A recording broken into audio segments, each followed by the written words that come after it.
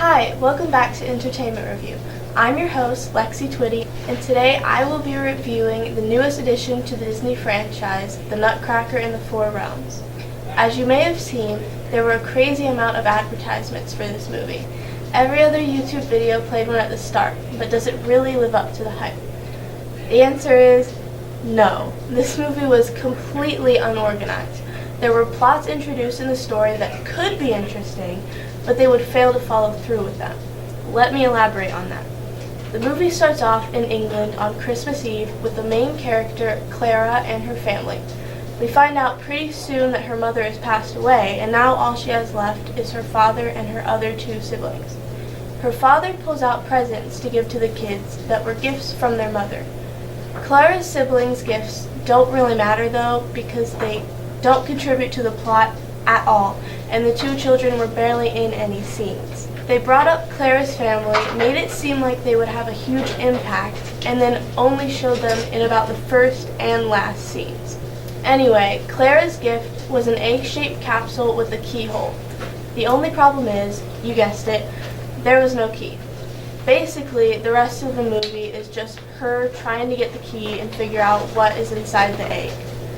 Later that day, the family decides to go to a Christmas Eve party hosted by Clara's godfather. They would be going to a party when they just lost a family member, I don't know.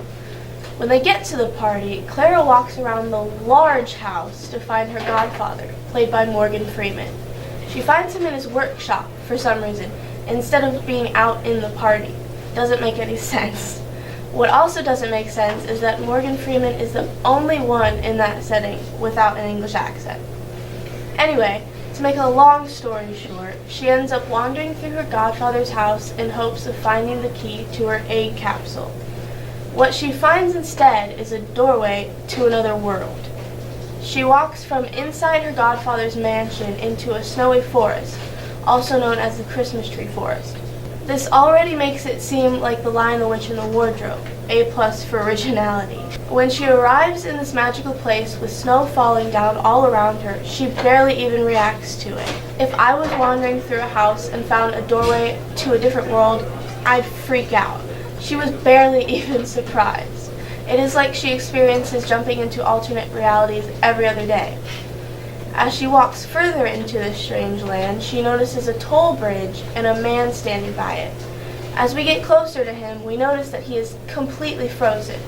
Clara reached out and touched his face, and all of a sudden, he was magically at a temperature of 98.6 degrees Fahrenheit and ready to start his day. First of all, we are given no backstory as to why this man was frozen, and secondly, it wasn't even talked about how Clara just thawed him by the simple touch of her hand.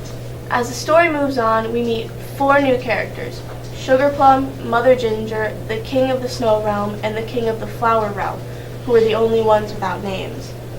This mysterious land that Clara had walked into consists of, get this, 4 realms, all of which are owned by these characters. During Clara's encounter with the leader of the realms, she is told that her mother was the one that created this magical place. She was also told that her mother was the one that brought the rulers to life.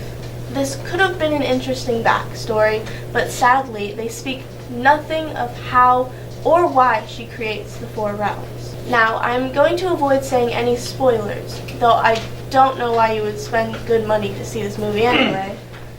Towards the end of the movie, the writers decide that it would be a great idea to have the most cliché plot twist ever. Thanks for watching, and we'll see you next time.